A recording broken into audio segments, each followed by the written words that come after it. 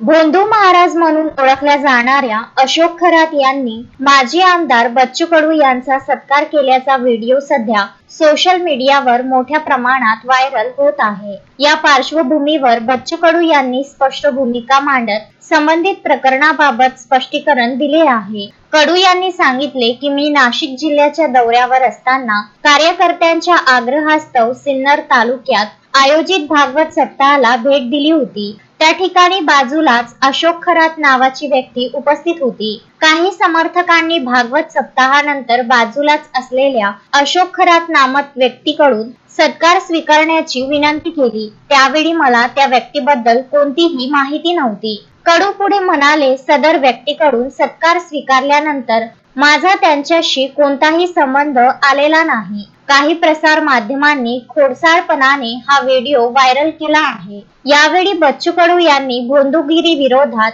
ठाम भूमिका घेतली। खरात सारख्या भोंदू बाबांचे मी कधीही समर्थन केलेले नाही। ज्या अमरावती जिल्ह्यातून मी येतो तो गाडगे बाबांचा झाडू, तुकडोजी महाराजांची खंजेरी आणि भाऊसाहेबांच्या खडूचा आहे। त्यामुळे अशा अंधश्रद्धा आणि विकृतीचे आम्ही कदापि समर्थन करू शकत नाही, असे त्यांनी स्पष्ट केले।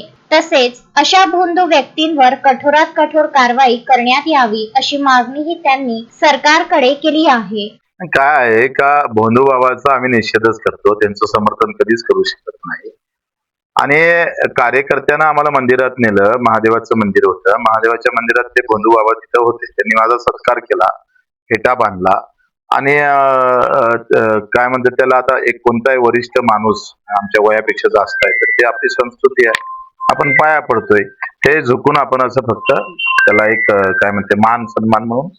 तर ते 4 वर्षाच्या अगोदरची गोष्ट आहे, मी आता ते पाहतो, 2 वर्ष नाही 4 वर्ष अगोदरची गोष्ट आहे। त्या कार्यकर्त्यांना आग्रस्त नेला आणि समाजाचं मन राखावं लागतं कधी कधी, आम्हाला माहित असतं का हा बाबा कामाचा नाही, हे सगळं धोताण आहे, पण समाज मन नाराज झाला नाही पाहिजे म्हणून एक आम्हाला जपावं लागतं। वास्तविक ते कठोरपणा आपण घेतला पाहिजे, त्यानंतर नक्की आम्ही ते घेत राहू, त्याचा आम्ही निषेधच करतो। मला एक प्रश्न विचारायचा आहे मीडियावाले, म्हणजे तुम्ही किती मीडियावाले भारी लोक आहे, बनमाश म्हणणार नाही कारण मग तुम्ही आधी उलट्या बातम्या टाका।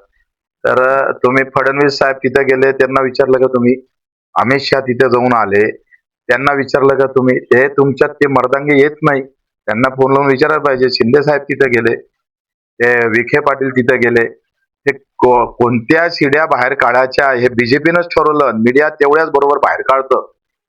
व्यवस्थित बीजेपी व्यवस्थित कार्यक्रम राबवतोय आणि मीडिया तिथं जाऊन बरोबर तेवढ्याच, आता 300 कॅशर व्हिडिओ आहे तिथे, मग ते फक्त बीजेपीच्या संबंधित येत नाही। तुम्ही सांगा, जयंतराव पाटील गेले तिथे, तिथे विखे पाटील पण आहे बसलेले, त्याला विचारलं का तुम्ही? बच्चू कडू आहे गरीब माणूस, त्याला कसं बदनाम करता येईल हा अजेंडा तिकूनच आलेला आहे बीजेपीच्या पार्टी कार्यालयातून। त्याच्यानं फक्त मी गेलो काय, सत्कार झाला काय, तर व्यवस्थित बदनाम करण्याचा प्रयत्न होत आहे। वास्तविक अशा भोंदू बाबूच्या, मी तर माझं लग्न 2 ऑक्टोबर गांधी जयंती लावलं जेव्हा 12 मास होते, सगळे पंडित म्हणे या दिवशी लग्न करणं म्हणजे उचित नाहीये। आम्ही या प्रवृत्तीतले माणसं आहे, मग किती डाव दाखणार भोंदू बाबाला तुम्ही? रोज सुरू आहे तुमच्या, म्हणजे सकाळपासून 10वा दिवस आहे आता। एवढ्या जर आत्महत्या दाखवल्या असत्या ना मीडियानं, कदाचित त्याच्यावर वाचा फुटला असता। तुम्हाला काहीतरी सांगत होते ते काय माहित मला, काय 4 वर्ष अगोदर काय काल काय भाजी खाल्ली माहित नाही माणसाने, त्याच्या अगोदर तो काय सांगत होता कोणाला माहित आहे। खरातच्या तिथे जेवढी लोक गेले त्या सगळ्यांची मंत्र्यांचे राजीनामा घेतले पाहिजे अशी मागणी होत आहे। संतांचा महाराष्ट्र कुठेतरी बुवाबाजीच्या मागे जात आहे। अरे राजा, तो बुवाबाजी आता माहित पडला ढोंगी आहे म्हणून, अगोदर थोडा माहित होता। आसाराम बापूच्या भेटीला मोदीजी पण गेले ना, ते तर तो एक तर बीजेपीचे 4 मोठे नेते नाचताना आहे आसाराम बापू सोबत, आता ते पंतप्रधान आहे, त्याचा राजीनामा पहिले नाही घ्यायला का? ते झाकून ठेवायचं आणि हा राजीनामा घ्यायचा आहे। हा त्याच्यात प्रत्यक्ष सहभागी असत, कोणासोबत कोणाचा फोटो निघतं, कोणी जातं दर्शनाला, म्हणून त्याला तुम्ही आरोपीच्या पिंजऱ्यात टाकत, चुकीचं आहे ना ते। भाजपचे मंत्री व्हा नंतर भेटा असे भोंदू खरात तुम्हाला बोलले असं। आता 4 वर्ष अगोदर मला वाटतंय तेव्हा तर मी उद्धव साहेबांचे मंत्री झालो होतो, त्याचं पुढं निदानच चुकीचं निघालंय। त्यांनी सांगितलं भाजपचे मंत्री व्हा आणि पुन्हा मला भेटायला या असं बोलते ते. पण आम्ही काही कसं आहे तो अपघात आहे. ऍक्सिडेंटली आम्ही तिथे गेलो म्हणजे मला माहितही नाही तिथं खरात आहे म्हणून. पण तिथे महादेवाचं मंदिर आहे, तो कार्यकर्ता आग्रह करत होता आणि मग आम्ही तिथे गेलो. आता कार्यकर्ता आहे म्हटलं का त्याला मान सन्मान द्यावं लागतं कधी कधी, बरेचदा असं होतं पण. आणि तिथे ते निघाले, त्यांनी सत्कार केला. हा काही माझा चूक नाहीये, मला असं वाटतं ते काही माझी काही चूक नाहीये. पण त्याला टार्गेट करून आम्हाला बदनाम करण्याचं काम भाजपची जी टीम आहे ते व्यवस्थित काम करत आहे. त्यांना हे दाखवा लागेल मोदी साहेबांचे फोटो वेळ आली तर ते कशा पद्धतीनं समोर गेले. आसाराम बापूस बाबत ते काय बोलत होते. फडणवीस साहेबाचाही फोटो आहे, दाखवू. हे आहे, हे चंद्रकांतजी उच्च शिक्षण तंत्र मंत्री आहे, उच्च शिक्षण मंत्री आहे. हे आहे. मग याला प्रश्न विचारला का तुम्ही? हे फडणवीस साहेब आहे, हे यांना प्रश्न विचारला का तुम्ही? नाही विचारत. मग गरीब मरा आहे, बच्चू कडू गरीब पार्टीतला माणूस आहे, याला जितकं खदाडता येईल तेवढं खदाडा. हे फडणवीस साहेब पुन्हा आहे, उभे असताना एक बसलेला आहे. आता अधिक खुर्ची आहे भाऊ, काढ रे. हे जयंतराव पाटील आहे आणि हे आहे शाह साहेब, अमित शाह साहेब. इतक्या दुरून आले ते भेटाले.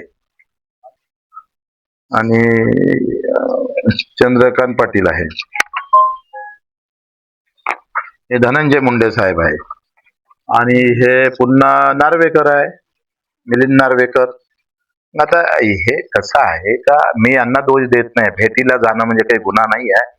आता लोकांच्या मनामध्ये काही गोष्टी असतात आणि बऱ्याच गोष्टी आपल्याला न पटत करताना एखादी गोष्ट हो म्हणावं लागतं, नाही तर विरोध घ्यावा लागतो. तर असं जर पाहिलं ना तर मला वाटतं हे तर खरं तर एकदाची चाळणी होणं गरजेचं आहे सगळ्या धर्मातले. का हे असल्या प्रकारचे नाटकं हे सगळे उद्ध्वस्त करून टाकले पाहिजे. ही जी भोंदूगिरी आहे, जे मठ बांधले गेले मोठे मोठे, जिथे काही भोंदूगिरी चालतं ते सगळे नष्ट केले पाहिजे. एक कार्यक्रम हाती घेतला पाहिजे, कुठल्याही धर्मातलं असू दे. पंकज साबू, विदर्भ न्यूज, अचलपूर.